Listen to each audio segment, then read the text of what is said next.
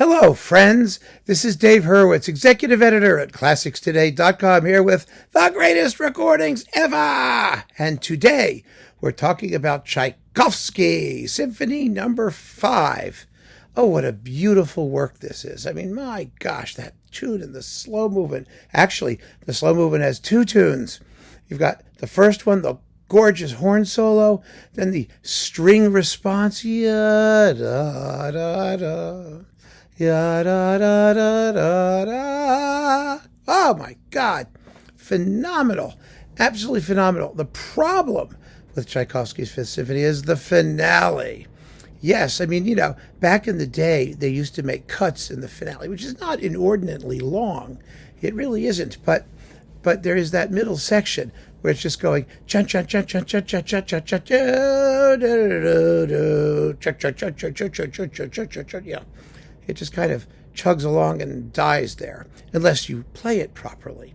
Well, the great recordings play it properly. It's never really been that much of an issue because audiences love the finale, particularly, even though formally it might be something of a bust. I mean, you know, it comes to that huge climax, then there's the pause, where it's always fun to wait and see if someone claps before the coda comes cranking in with the motto theme. Da da da da da da da bum.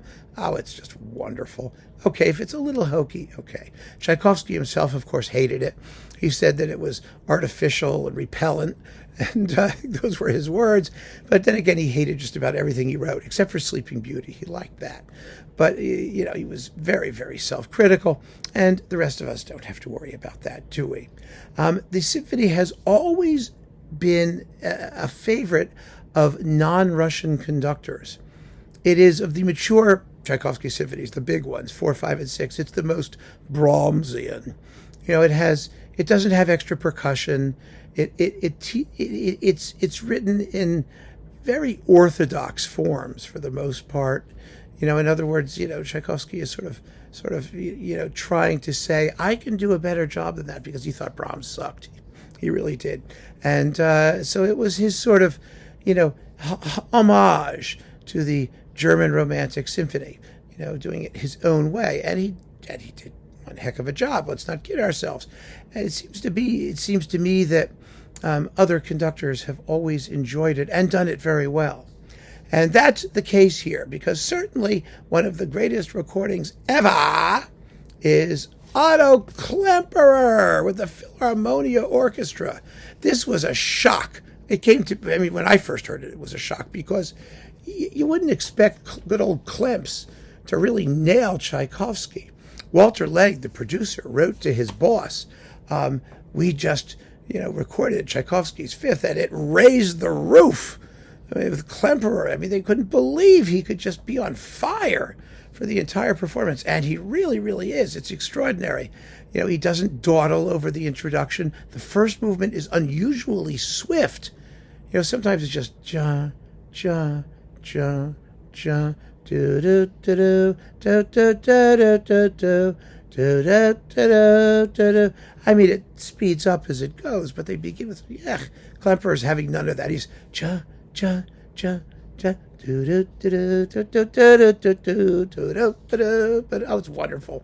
He's not overly sentimental in the slow movement. The waltz, the third movement, is just elegant and beautiful, and the finale, well, that's where Klemperer does some of the Klemperer magic. He doesn't take it too quickly. You know, part of the problem with this finale is people say, well, you know, because it has a tendency to bog down in the middle, if you're not going to cut it, you should play it fast. And the faster you play it, the more exciting it is. Like Ravinsky does it. And it can work. It can work. It really can. But there's another school of thought, depending on who the conductor is, which is, you know, if something is threatening to lose the audience's attention, don't speed up. Slow down. Make them focus. And that's what Klemperer does. It's not an unusually slow performance, but it is a dignified performance. It gives the movement a gravitas and seriousness of purpose. And that's the real issue, isn't it? The music has to sound purposeful at all times, as though it knows where it's going and what it's doing. And sometimes when you take just a little extra time to let the audience really hear the whole thing, that's what happens. And that's what happens here. It's one of the most effective performances, made all the more so by the fact that Klemperer generally balances the woodwinds very closely. So you hear, da da da da da da da da da da da da da da da da, the woodwind parts and all that. It's all wonderfully, wonderfully clear and purposeful. And that is why this Tchaikovsky Fifth is one of the greatest recordings ever.